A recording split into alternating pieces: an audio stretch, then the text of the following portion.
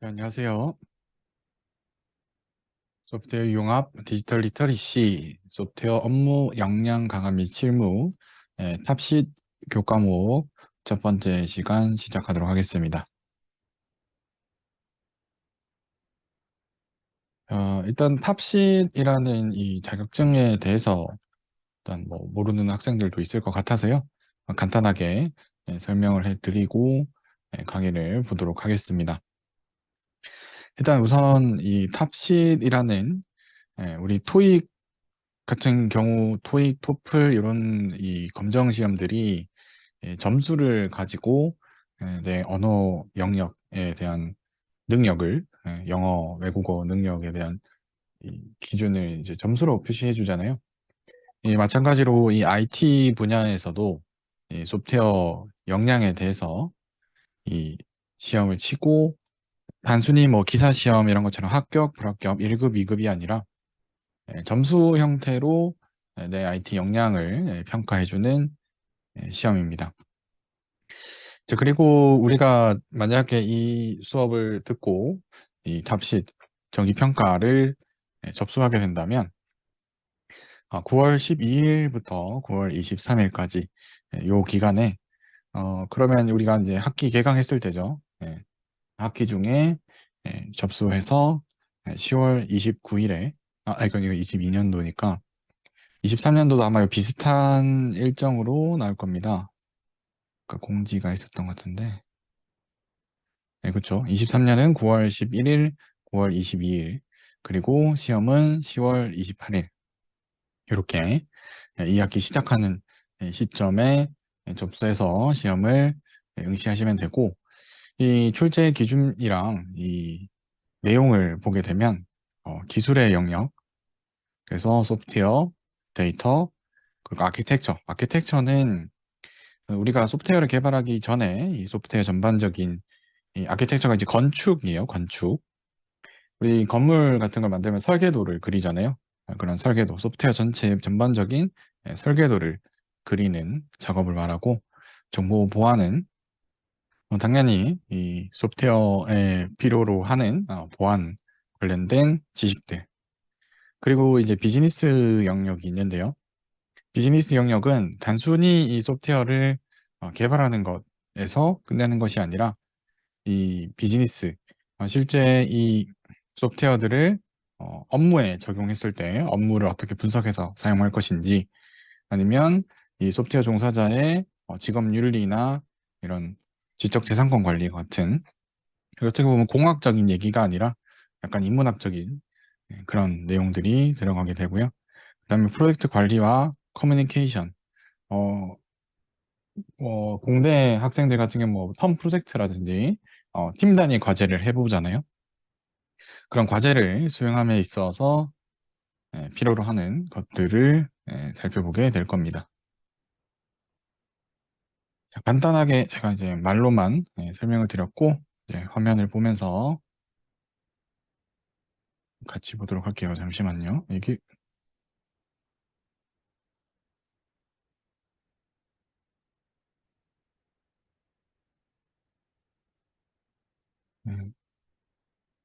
화면 공유를 한번 화면으로 하고 자, 그래서 소프트웨어 업무 역량 강화 및 실무 수업을 시작하겠습니다. 자, 우선 이 탑sit 자격증 간단하게 살펴보고 첫 번째 영역인 소프트웨어 개발 영역을 공부해 보도록 하겠습니다. 탑sit 자격증이 목표로 하는 것은 어, 실제 이 업무의 성공적인 업무 수행, 우리가 소프트웨어 관련 IT 관련 업종에 갔을 때 기본적인 소프트웨어 개발부터 소프트웨어를 잘 사용하고 그리고 소프트웨어를 내가 직접 개발하지 않더라도 소프트웨어 기획 단계에서 내가 뭐 컴퓨터 공학이나 소프트웨어 관련 학과가 아니더라도 결국 소프트웨어는 써야 되잖아요. 그런 이 업무를 수행하는 데 필요한 영역들 그리고 종합적으로 진단 그래서 점수로 나오는 거다 보니까 이 답시 자격증은 그런 진단과 평가의 기능을 도와주고 있고요. 그리고 이 탑시 우리 평가 모델 우리가 공부를 그러면 어떻게 해야 하는가 크게 기술 영역, 비즈니스 영역, 제가 간단하게 설명했던 기술, 그리고 비즈니스, 그리고 통합 영역이라고 해서 어, 수행형 문제가 나오게 됩니다. 자, 문제의 유형은 우리가 흔히 알고 있는 객관식, 그 1, 2, 3, 4, 5 나오고 그 중에 하나 선택하는 객관식, 그리고 단답형. 단답형은 이 답 자체가 하나의 단어로 나오는, 예를 들어서 뭐 반복문에 사용하는 키워드를 한 개 이상 작성하시오. 반복문, 뭐 for, while 이런 단답형 문제가 나오기도 하고요. 그다음에 서술형 같은 경우는 앞에 나오는 이 보기에 대한 결과를 printf, hello world 이런 결과문의 소스 코드의 결과를 예상하라 뭐 이런 서술형 문제가 나오기도 하고요. 그 다음 제일 어떻게 보면은 어렵고 이 탑식 자격증에 좀 특이한 형태의 문제 유형인데 수행형도 있습니다. 뭐 예를 들면 컴퓨터 네트워크를 배웠던 학생이면 컴퓨터 네트워크에서 필요로 하는 IP 서브넷을 구성해라. 아니면 IP를 몇 개의 호스트에게 할당하려고 하는데 어떻게 할당해야 하는가? 그러면 이거에 대한 답도 지시를 해줘야 되고 왜 이렇게 풀어야 하는지에 대한 설명까지도 같이 서술해야 되는 수행형 문제가 있습니다. 그래서 이 탑시 자격증 자체는 우리가 일반적인 이 소프트웨어 지식, 그 정보 처리 기사라든지 원래 이 소프트웨어 쪽 전공자들이 유리한 그런 단순 지식뿐만이 아니라 그리고 또 너무 이 전공자들만 풀 수 있게끔 아주 깊게 가지는 않습니다. 그리고 이 지식을 활용해서 실제 산업에 어떻게 활용할 수 있는지 사실 우리가 어떤 시험을 쳐보면 다들 알지만 수능도 그렇고 우리가 듣는 수업에서의 어떤 중간고사, 기말고사도 그렇고 결국은 어떤 평가를 하기 위해서 어, 점수를 학생들한테 배점을 하기 위해서 만들어지는 문제들이잖아요. 그런데 이 탑식 같은 경우는 그런 점수 배점이 아니라 실제 현장에서 필요로 하는 형태의 이 문제들이 많습니다. 그래서 아마 여러분들이 일반 이 교과목 들었을 때의 이 시험 문제랑은 조금 유형이나 의도하는 바들이 조금 다를 수 있습니다. 그래서 문제들이 이런 산업 현장에서 실제 상황, 예를 들어 회사에서 직원이 50명이 있었는데 갑자기 신입사원이 12명이 더 들어왔다. 그러면 이 회사에는 12명의 컴퓨터를 더 설치를 해야 되는데 그러려면 현재 네트워크 상황에서 어떻게 바꿔야 되나? 그런 이 실제 산업 현장에서 경험할 수 있을 그런 시나리오 기점으로 수행형 문제들이 출제됩니다. 그리고 이 문제를 풀어서 점수가 나오고 나면 우리 중간고사, 기말고사 뭐 일반 교과목도 마찬가지지만 딱히 시험을 치고 나서 뭐 성적을 이렇게 분석하거나 내가 얻은 영역이 부족했다 이런 뭐 피드백은 잘 없잖아요. 근데 탑시잇은 이 역량들이 다 분리되어 있고 그 역량에 맞추어서 문제들이 출제되기 때문에 내가 소프트웨어 쪽이 좀 부족하다 아니면 내가 데이터 관리 쪽이 좀 부족하다 이렇게 스스로 이 역량 수준을 진단해 볼 수 있고 그에 맞추어서 내가 저 영역에 공부를 좀 더 하고 다음에 시험 치면 점수를 올릴 수 있겠네 이런 학습 방향도 설정할 수 있는 시험이 됩니다. 여러분도 토익 같은 거 치면 뭐 토익 LC, RC 중에 어디가 더 내가 지금 점수가 안 나오고 3점짜리, 5점짜리 뭐 이렇게 맞추어서 하잖아요. 마찬가지로 탑시에서도 활용할 수 있고요. 답시의 뭐 MOU 체결 기관은 뭐 이렇게 여러 개가 있다라고 합니다. 뭐 군이나 산업계, 뭐 교육계나 해외에서도 이 탑시 자격증의 이 점수를 반영해서 어떤 지원할 때 가산점을 주게 되고요. 보통 여기서 말하는 수준을 이제 3수준을 넘으면 가산점이 부여되는데 3수준이 총 이제 1000점 만점에서 400점 이상을 3수준, 그리고 이 3수준부터를 실제 우리 회사에서 어떤 비즈니스 문제들을 해결할 수 있는 수준, 기본적인 해결할 수 있는 수준으로 보기 때문에 저희도 목표를 요 400점 이상을 목표로 우리 공부를 할 예정입니다. 그럼 이 400점을 맞기 위해서 어떻게 공부를 해야 되냐? 크게 이 탑시스의 시험 구성 영역 6가지. 제가 아마 미리 그 선생님 통해서 공지사항에 올려뒀을 텐데, 이 에센스 6개 에센스가 있습니다. 저 각각 하나하나를 에센스라고 하는데, 여기 탑시 요 홈페이지 들어가셔서요. TOPCIT. 여기에 학습 가이드 가시면 이렇게 6개 탑시 에센스라고 있습니다. 그래서 소프트웨어 개발, 데이터 이해와 활용, 시스템 아키텍처 이해와 활용, 정보 보안 이해와 활용, 이렇게 기술 영역 4가지가 있고, 비즈니스 영역으로 IT 비즈니스와 윤리, 프로젝트 관리 및 테크니컬 커뮤니케이션, 이렇게 6가지가 있는데, 여기 하나씩 눌러보시면은 여기 탑시스에서 활용하는 기본 교재입니다, 이게. 그래서 우리는 공부를 할 때 이 탑시 에센스 교재를 기반으로 공부를 할 거고요. 그래서 여러분들이 다른 수업에서 배웠던 지식들이 여기 탑시스에서 하는 것보다 훨씬 더 깊게 공부한 항목들도 있을 겁니다. 근데 어쨌건 저희가 지금 이 탑시스에서는 이 수준의 지식을 기반으로 시험 문제가 출제되다 보니까 기본적으로는 제가 여기 기준으로 할 거고요.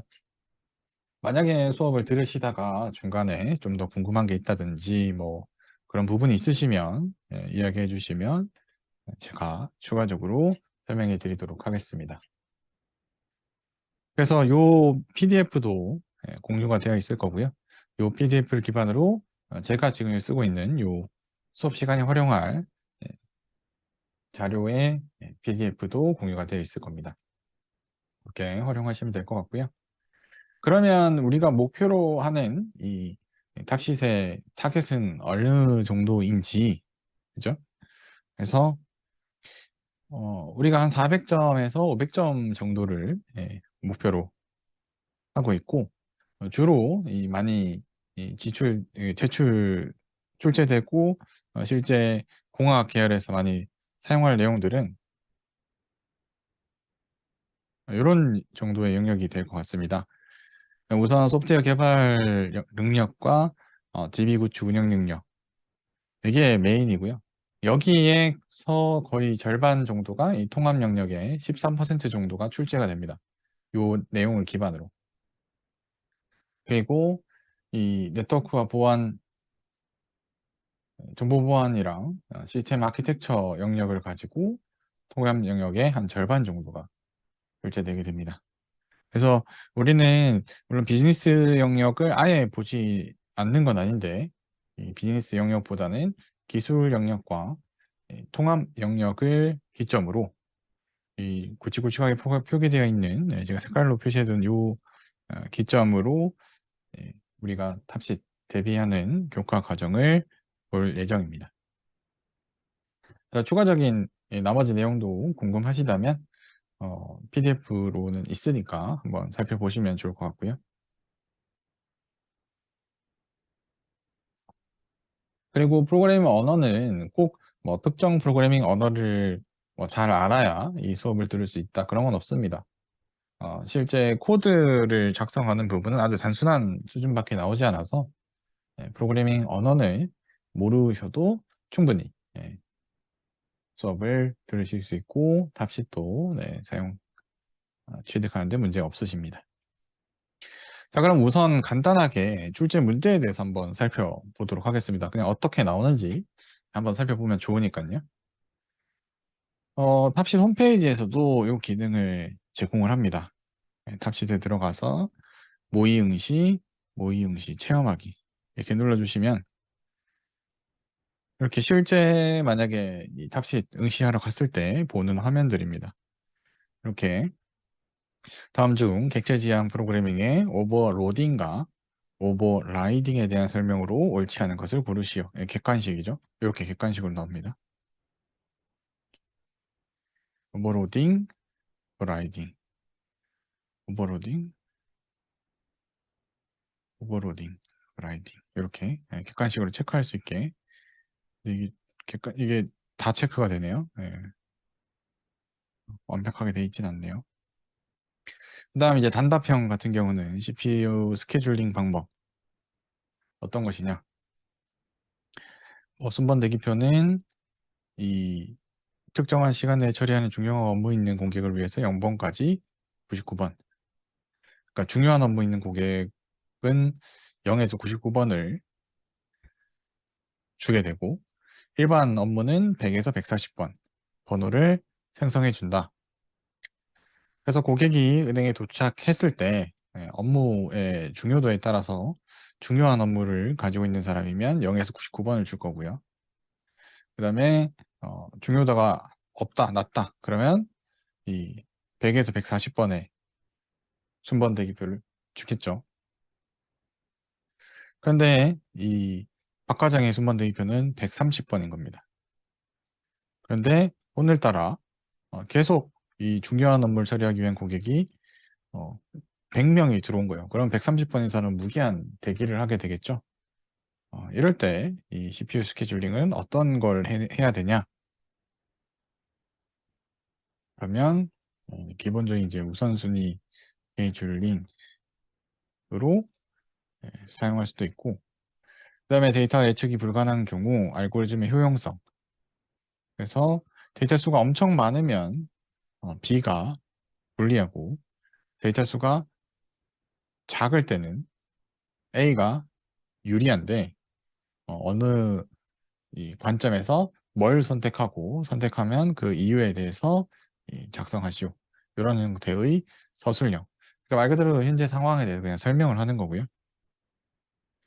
그다음 이 통합 서술형으로 보면 이 코드가 그렇게 어려운 코드가 아닙니다. 물론 이제 자바 프로그램이긴 한데 스캔F 그리고 이게 자바인데 이 연산자들만 알면 풀 수 있는 문제거든요. 그래서 연산자 이 나머지 구하는 연산자가 있고 여기는 시프트 연산이 있는데 누가 잘못했는지 그리고 잘못했다면 잘못된 프로그램을 수정하는 것까지 이렇게 통합 서술형 문제가 나오게 됩니다. 그래서 이게 여러 파트별로 이렇게 하나씩 풀어보실 수 있습니다. 그래서 이제 테크니컬 커뮤니케이션 핸드로 가면은 정보와 전략 계획 같은 어, 실제 소프트웨어를 개발하는 업무가 아니라 이 프로젝트를 기획하고 관리하는 그런 내용들의 문제들이 나오고요. 그다음에 빅데이터의 개념과 관련 기술, 빅데이터의 기술에 대해서 이렇게 문제가 나오기도 하고요. 그리고 ERP 구축하는 상황에 있어서 필요로 하는 이런 여러 가지 현황. 그래서 이런 내용들도 우리가 다 같이 한번 살펴볼 겁니다. 그래서 지금 보면 되게 어려운 내용일 수 있는데 결국 이 제한된 PDF 내에서 여기 PDF 내에서 나오는 문제들이기 때문에 그렇죠? 여기에서 여기 PDF 내에서 나오는 문제들이기 때문에 그렇게 너무 처음부터 어려워하지 않으셔도 괜찮습니다. 자, 여기까지 내용에 혹시 뭐 질문 있으실까요?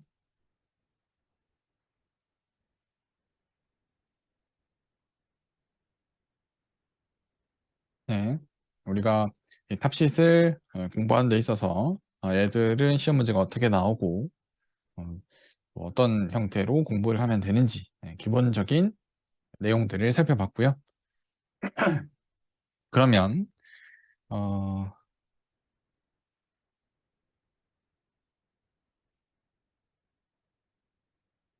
잠깐만, 그럼 5분만 잠깐 쉬고요. 네, 소프트웨어 공학 개요. 우리가 탑시스의 첫 번째 에센스인 소프트웨어 개발 영역을 살펴보도록 하겠습니다.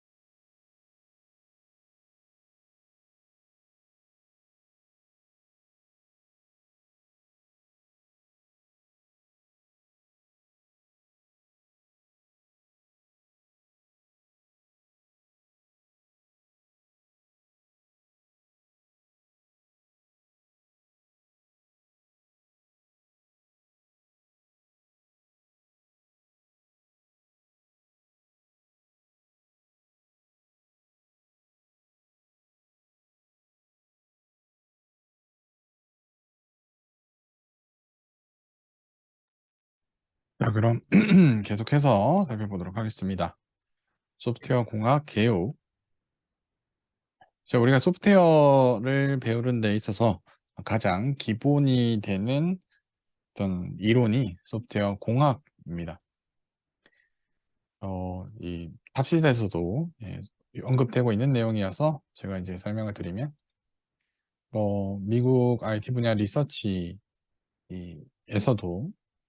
소프트웨어의 어떤 스마트화, 빅데이터화, 소프트웨어 자체가 그냥 활용되는 게 아니라 훨씬 더 스마트화, 훨씬 더 좀 체계적이고 빅데이터화, 사용하는 단위의 데이터의 양들도 많아지고 훨씬 더 빠르게 처리되는 형태로 소프트웨어들이 커지게 시장에서 큰 이 영역, 큰 어떤 비용의 문제일 수도 있고요.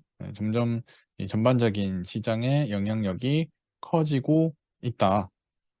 그리고 이 탑시드에서 이 언급하는 이 최근 개발 동향에 포함되어 있는 언어는 타입스크립트. 그러니까 자바스크립트의 이 그 자바스크립트 그대로 사실 쓰기에는 조금 자바스크립트 자체가 초기에 만들어진 어떤 웹 시장이 만들어진 초기에 만들어진 언어이다 보니까 이 자바스크립트만 가지고는 다양한 웹의 어떤 동적인 형태들을 만들기가 쉽지 않습니다. 그래서 이 타입스크립트라는 이 문법, 프로그래밍 언어가 등장하게 됐고, 이 타입스크립트를 활용해서 훨씬 더 이 동적인 이 웹 페이지들을 만들어낼 수 있습니다. 그래서 요새는 옛날처럼 로그인을 한다고 페이지 전체가 재로딩 된다든지 그렇지 않죠. 네이버나 이런 사이트들도 보면 그 로그인 하는 그 창만 이렇게 깜빡거리면서 내 로그인이 되고 내가 가지고 있는 어떤 정보들을 보여주는 그런 웹페이지를 구성하기 위해서 이런 타입스크립트 프로그래밍 언어들이 많이 등장을 했고요. 그래서 이 타입스크립트라는 프로그래밍 언어를 기반으로 이뭐 리액트, 뷰, 뭐 앵귤러와 같은 우리가 제가 방금 말씀드린 그런 웹에서 바로 동작하고 웹페이지가 움직이고 이게 실시간으로 뭔가 액션들을 만들어낼 수 있는 그런 웹페이지를 만드는 프론트엔드 프레임워크들이 등장을 했습니다. 이 프론트엔드 프레임워크라는 말은 뭐냐면 프론트엔드 반대는 백엔드인데요. 프론트엔드는 엔드 말 그대로 끝인데 앞에 맨 끝. 우리가 이 컴퓨터 모니터를 보게 되면 우리는 모니터에 그려지는 이런 그림, 글자들을 보잖아요. 이 그림, 글자들이 프론트엔드고요. 이 그림, 글자들을 그리기 위해서는 뒤에 이 원본 텍스트 데이터들이 있을 거잖아요. 아니면 원본 그림, 아니면 이 어떤 이 그림을 그리기 위한 여러 가지 어떤 부가적인 파일들이 있을 텐데 그런 것들을 백엔드라 하고요. 그냥 내 눈에 보이는 내 클라이언트, 고객, 사용자한테 보이는 부분을 프론트엔드, 사용자한테는 보이지 않지만 사용자한테 보여주기 위해서 여러 가지 어떤 가공을 하고 연산을 하는 것을 백엔드라고 합니다. 우리도 뭐 예를 들어 아이돌 무대 같은 거를 유튜브로 본다라고 하면 프론트엔드만 보잖아요. 아이돌들이 나와서 노래하고 춤추는 모습을 보는 거는 프론트엔드만 보는데 사실 그걸 위해서 백엔드에서는 막 조명도 조정하고 의상도 준비하고 뭐 여러 가지 작업들이 있을 거잖아요. 그래서 프론트엔드와 백엔드, 소프트웨어의 프론트엔드는 결국 내 눈으로 보는 것들, 백엔드는 내 눈으로 보는 것들이 아닌 우리가 흔히 생각하는 프로그래밍 언어를 작성한다, 소프트웨어를 개발한다 하면 막 여러 가지 막 타이핑하고 소스 코드 개발하는 그런 부분들을 백엔드라고 하고요. 그래서 이 프론트엔드의 프레임워크, 프론트엔드를 만들기 위한 여러 가지 어떤 시스템들을 말합니다. 그러니까 우리가 뭐 여러분들도 보고서나 어떤 문서 이 과제를 할 때 한글 프로그램으로 만들어내잖아요. 문서들을. 사실 그 문서가 꼭 한글 프로그램을 만들어야 되는 건 아니죠. 뭐 워드로 만들어도 되고, 뭐 엑셀로 만들어도 되고, 다 만들어도 됩니다. 그런데 우리가 흔히 이 문서를 만들 때 좀 친숙하고 잘 사용하는 프레임워크가 한글이라는 프로그램인 거고요. 마찬가지로 프레임워크는 내가 원하는 어떤 것들을 만들 때 필요로 하는 단순하게 생각하면 프로그램이라고 생각하시면 됩니다. 그래서 프론트엔드를 구성하기 위해 필요한 프로그램, 이게 앵귤러나 뷰 같은 타입스크립트를 활용하는 다양한 프레임워크들을 쓴다. 그리고 뭐 지금 프로그래밍 언어로서는 사실 뭐 지금은 뭐 파이썬이 1위이긴 한데 그래도 지속적으로 2위를 계속 차지하고 있는 언어는 자바라는 프로그래밍 언어고요. 자바도 마찬가지로 뭐 AI 애플리케이션이라든지 뭐 센서 이런 것들도 사실 사용은 가능합니다. 근데 자바 자체가 약간 전통적인 프로그래밍 언어에 기반을 하고 있다 보니까 프로그래밍 언어를 처음 배는 비전공자들 입장에서 조금 어려운 부분이 있어서 실제로 그냥 전체로 봤을 때 프로그래밍 언어에서 1위로는 파이썬이 예, 차지하고 있고요. 파이썬이라는 프로그래밍 언어 자체가 라이브러리가 아주 큽니다. 라이브러리가 크다는 거는 우리가 잠시만요.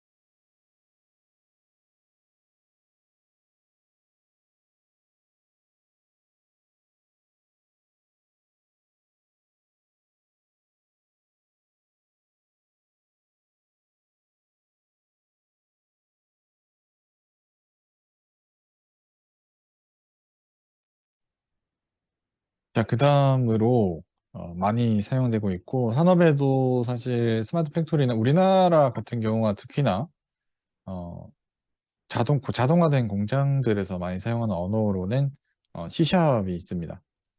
뭐 C샵 같은 경우는 오래된 프로그래밍 언어 C 언어를 기반으로 가장 산업의 현장에 맞게 가장 많이 이제 개선된 프로그래밍 언어이고, 뭐 퍼센티지로는 20%대 초반이고 4에서 5위 정도 차지하고 있는데, 어, 객체지향이라는 이 언어의 특징을 가지고 있고, 우리 이 개발에 있어서 조금 좀 섬세한 개발, 말이 이제 섬세하다고 할 수 있지만 실제 산업 현장에서는 그때그때 이 반영이 필요한 다양한 변경, 수정 요청 사항, 우리 뭐 프로그래밍 언어를 어떤 레고 같은 것들로 본다면요. C샵이라는 C 언어 기반의 프로그래밍 언어들은 아주 작은 레고 블럭으로 되어 있어서 뭘 만들 때 이 작은 블럭 여러 개를 만들 이렇게 합쳐가지고 큰 형태, 큰 프로그램을 만들어야 돼서 섬세하지만 시간이 좀 오래 걸리는 형태의 프로그래밍 언어이고요. 자바 같은 경우는 그 유닛의 단위가 조금 더 큰, 그래서 빠르게 개발을 할 수 있지만 섬세하게 어떤 메모리를 컨트롤하고 수정 사항을 어떻게 반영을 하고 이런 섬세한 또 조정을 좀 어려운, 파이썬 같은 경우는 그보다도 더 훨씬 큰 거죠. 아예 레고나 어떤 그런 단위의 조립이 아니라 다양한 라이브러리로 만들어진 다양한 개발자들이 자기가 이거 개발하고 나서 이거 누구나 써도 괜찮다. 오픈 소스로 만든 다양한 이 라이브러리들을 가져다가 쓸 수 있는 프로그래밍 언어가 파이썬이고요. 그래서 각 프로그래밍 언어들마다 큰 특징들을 좀 가지고 있고요. 근데 요즘에는 공부를 많이 이제 파이썬 쪽으로 많이들 하고 있죠. 공학 계열 학생들도 파이썬 많이 공부하고 있을 거고요. 뭐 물론 어떤 물리적인 기기라든지 뭐 전기, 전자 이쪽과 같이 컨트롤 해야 될 곳에서는 C 언어 계열들도 많이 하실 거고, 아니면 이제 웹이라든지 앱 쪽에 소프트웨어를 개발할 때는 자바 기반의 프로그래밍 언어들도 많이 사용하고 있을 겁니다. 자, 그래서 소프트웨어 개발 영역의 뭐 기술 측면의 주요 이슈로는 데이터 분야에는 데이터댐이라고 해서 데이터 플랫폼들을 많이 구축하고 있죠. 데이터 플랫폼이라고 하면 여러분들도 아마 뭐 써보셨을 수도 있는데, 정부에서 제공해준 이런 공공 데이터 포털이 있죠. 그래서 내가 보고자 하는 이런 공공 데이터들을 어, 빅데이터로 바로 사용할 수 있게 이런 CSV나 이런 형태로 가공해서 전달해주는 이런 것들도 있고요. 그다음에 빅데이터 플랫폼이라고 해서 뭐 문화 빅데이터라고 하면 공공 데이터 포럼 자체는 이제 좀 정부에서 이렇게 운영하는 것들이고요. 이런 플랫폼들에서는 정부에서 운영하는 게 아니라 예를 들면 야놀자에서도 그냥 야놀자가 가지고 있는 내재될 상품 이미지를 그냥 여기다 공유를 하는 겁니다. 그러면 필요한 사람들이 이걸 가져다가, 물론 지금 이제 이거 같은 영원인데 비용이 있는 것들도 있고요. 이렇게 데이터를 여러 분야에서 활용할 수 있게 만들어주는 이런 데이터 분야의 기술들이 발전하고 있고, 뭐 5G나 AI 같은 경우도 정부에서 이 인공지능 솔루션들을 지원해주는 그런 이슈들도 있고, 지능형 정부라고 해서 뭐 요새 뭐 신분증 같은 것들도 이렇게 패스나 이런 실물이 아닌 다른 것들로도 가능하게 정부의 인프라 자원들도 소프트웨어로 많이 전환을 하고 있고요. 뭐 K-사이버 방역이라고 해서 PC들의 어떤 방역, 그리고 교육 및 직업 훈련 분야, 대학의 이 강의들도 코로나 이후로 이렇게 많이 온라인으로 전환이 많이 됐죠. 보건 의료 분야도 마찬가지로 요새는 의료 처방전도 어플로 받을 수 있잖아요. 그런 기능들도 있고 중소기업 소상공인들을 위해서 요새는 작은 가게들도 가보면 그 태블릿 같은 걸 이렇게 주문할 수 있게 해주기도 하고 시장이나 이런 데들도 보면 중간중간 이렇게 화상회의실들이 많이 있습니다. 그래서 그 화상회의실을 정부에서 운영해서 화상회의실을 좀 활성화시키고 그 회의실에 무료로 이제 정부의 이런 화상회의실을 쓰고 나면 주변에 있는 다른 이 기업들이랑도 좀 연계가 되도록 그런 것들도 많이 하고 있고요. 교통 분야도 이제 ITS를 활용해서 많이 사용하고 있죠. 저도 얼마 전에 그쪽 강남이나 이런 데 가니까 T맵에 자동으로 신호등이 연계되더라고요. 그러니까 ITS로 신호등의 현재 정보를 T맵이 가져다 쓸 수 있게. 그래서 보니까 저기 앞에 있는 신호등이 뭐 5초 뒤에 빨간불이 됩니다. 그러면은 내 눈에는 지금 초록불이더라도 미리 알 수 있고, 그러면 미리 속도를 줄여서 주황불이 돼도 그 전에 그 주황불이 됐을 때 바로 멈출 수 있게 그런 기능들도 많이 새로 제공이 되더라고요. 그리고 뭐 스마트 시티 이런 것들도 많이 하고 있죠.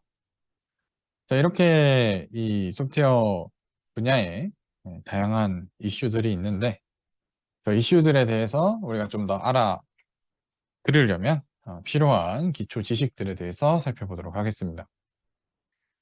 자, 우선 이 소프트웨어 공학이라는 말, 공학이라는 말이 좀 어색한 학생들도 있을 것 같습니다. 문과 계열에서 온 학생들은 공학이 그냥 뭐 그 컴퓨터하고 이런 거다라고 생각하실 수도 있는데 그냥 요 용어들에 대해서 한번 그냥 살펴보면 우리가 공부하는 학문의 가장 기초는 이제 철학이죠. 철학. 세계와 인간에 대한 그죠? 우리가 지금 살고 있는 이 세계, 우리 눈앞에 보이는 모든 것들, 그리고 사람, 인간에 대한 근본 원리, 본질, 세계관들을 탐구하는 학문이고, 그래서 필로소피라고 하는데, 필로소피아는 이 지혜를 사랑한다라는 뜻입니다. 그래서 한자로는 사랑의 지혜, 지혜에서 애지의 학문이다 라고 이야기하고요. 그래서 세계나 인간 자체에 대해서 탐구하는 학문들 철학이라 하고요. 그 다음 이제 사이언스, 과학은 이 본질들에 대해서 탐구를 하다가 보면 탐구한 것이 맞는지 이제 검증을 해보는 거죠. 탐구한 걸 이제 어떤 검증 체계를 통해서 이 이 물건은 1kg이다, 2kg이다 이렇게 검증을 하는 거예요. 그러면 그 1kg에 대한 추는 이렇게 만들면 여기 1kg이다. 이런 지식 체계들, 이 자연계의 현상들을 어떤 체계화시키는 학문이 이 과학입니다. 철학은 있는 그대로를 탐구하는 거고요. 과학은 그걸 보고 어떤 검증된 방법으로 정량화된 어떤 1, 2, 3 이렇게 정량화시키는 지적인 탐구 활동, 그리고 그 탐구 활동의 결과물로서의 학문을 과학이라 하고요. 그러면 이 공학은 뭐냐? 공학은 이 기술적 문제 상황. 그러니까 우리가 무언가를 해야 되는데 그게 안 됩니다. 그 상황이 이제 문제라는 상황이 도달을 했을 때 이 문제를 발견하고 이에 대한 해결책을 제시하는 학문이 공학입니다. 문제는 여러 가지가 있죠. 예를 들어 내가 강을 건너고 싶은데 음, 강을 건널 방법이 없다. 그러면 다리를 놓으면 강을 건널 수 있네.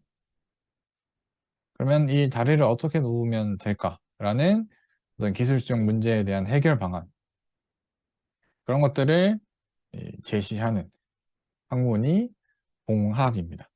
조금 성격이 다릅니다. 문제를 정의하고 정의한 문제를 풀어내는 것이 공학입니다. 우리 수학 문제 풀듯이요. 문제가 제시되고 나는 그 문제를 풀어내서 해를 찾는 작업을 공학이라고 합니다.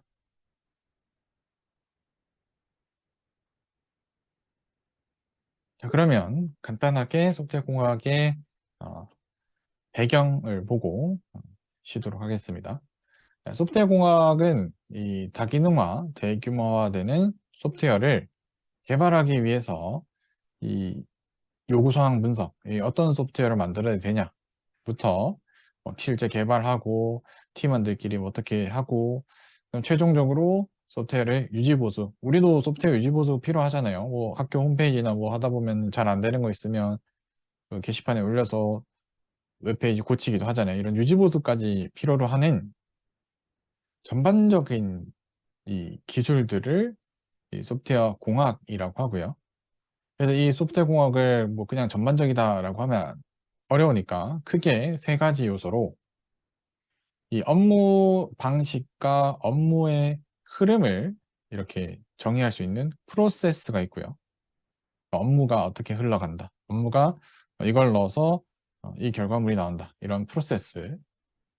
그리고 이 업무를 수행하기 위한 그리고 이 업무를 이 소프트웨어를 개발하기 위한 사람, 인력 그리고 이 소프트웨어를 효율적으로 운영하기 위한 인프라 기술. 이 소프트웨어를 개발하는 데 필요한 기술이에요. 그러니까 예를 들어 여러분들이 수강 신청 할 때 서버가 막 다운되고 이러면은 짜증나고 그렇잖아요. 그러면 서버가 다운되지 않게끔 순서대로 맞추어서 수강 신청 페이지로 한 명씩 한 명씩 들어가게끔 해주는 그런 것들은 이제 인프라 기술입니다. 인프라 기술. 그래서 크게 프로세스, 이 처리, 이 소프트웨어가 해야 되는 기능들에 대한 프로세스, 그리고 이 소프트웨어를 개발할 사람, 그리고 이 사람들이 개발하는 데 필요한 기초적인 환경, 인프라 기술. 이렇게 크게 세 가지를 핵심 요소로 보고 소프트웨어 공학에서는 소프트웨어를 구현하게 됩니다. 자, 이 소프트웨어 공학이라는 게 왜 등장하게 되었는지부터 살펴보게 되면 1950년대에 이 소프트웨어 개발이 시작이 되면서 하드웨어 공학은 많죠. 기계공학, 전기공학, 전자공학, 하드웨어에는 기존 공학들이 있었지만 소프트웨어 공학은 뭐 실제적인 어떤 학문으로서 제대로 만들어지지 못했습니다. 그런데 1960년대에 50년대에 등장한 이 소프트웨어 개발이 60년대에 와서 60년대에 와서 갑자기 소프트웨어에 대한 수요, 소프트웨어를 필요로 하는 다양한 어떤 곳들이 많아지면서 인력이 부족하겠죠. 졸업하자마자 다 소프트웨어 개발자로 갔는데 그 50년대의 인프라로 만들어진 인력들이 많지도 않았을 거고 그러면 이때 발생한 이 상황을 소프트웨어의 위기라고 합니다. 50년대 때는 충분한 인력이 있어서 뭐 작은 그 작다라기보다는 크게 많지 않은 소프트웨어 개발들이었는데 60년대부터 갑자기 소프트웨어에 대한 수요가 늘어나면서 개발자가 부족하다. 소프트웨어 위기가 오게 되고 70년대에는 이 수요, 60년대에 발생한 이 수요 때문에 엄청나게 많은 소프트웨어 개발자나 소프트웨어 인력들을 양성했지만 부족하니까 이때부터 사실 70년대부터 이 비전공자들이 소프트웨어의 개발에 많이 투입이 되었습니다. 이때 투입된 이 개발자들의 이 소프트웨어 개발 방식이 이 폭포수 모델, 그러니까 전반적인 모든 과정에 이 전공자들이 이 인볼브 포함 참가해서 소프트웨어를 개발할 수 없다 보니까 폭포수 모델을 이용해서 각 단계별로 이 소프트웨어 개발을 하는 폭포수 모델을 이용해서 전공자와 비전공자들이 같이 소프트웨어 개발을 했고요. 그렇게 이제 70년대에 많은 소프트웨어들이 개발이 되어서 쌓여가고 있는데, 이미 만들었던 프로그램들을 잘 사용해서 새로운 프로그램 만들면 좋은데, 매번 폭포수 모델을 이용해서 새로 만들고, 새로 만들고, 새로 만드니까 80년대에 들어와서 재사용성을 높이자. 이미 만들어 놓은 소프트웨어에 있는 프로그램 기능들을 일부 새로운 프로그램 만들 때 가져다 쓸 수 있는 방법이 없을까라고 연구를 해서 이 90년대에는 이 시장의 어떤 경쟁 우위에 있어서는 선점이 아주 중요하다라는, 이 소프트웨어 업계의 선점이 아주 중요하다라는 것을 포인트로 잡았고, 폭포수 모델을 쓰지 않고 동신공학에 집중한 2000년대까지 들어와서는 이제 애자일 방법론 같은 동시공학, 한 번에 여러 개의 소프트웨어를 개발하고 그 소프트웨어들의 유지보수 아니면 수정사항을 빠르게 반영할 수 있는 이런 소프트웨어 개발 방법론들이 등장하고, 이 소프트웨어 위기부터 이 애자일 방법론까지 오는 이 전반적인 연구들이 소프트웨어 공학이라는 분야의 연구 내용입니다. 그래서 우리는 이 애자일 방법론까지 오게 되는 소프트웨어 공학에 대해서 살펴보도록 하겠습니다. 그러면 10분 쉬고 계속하도록 하겠습니다.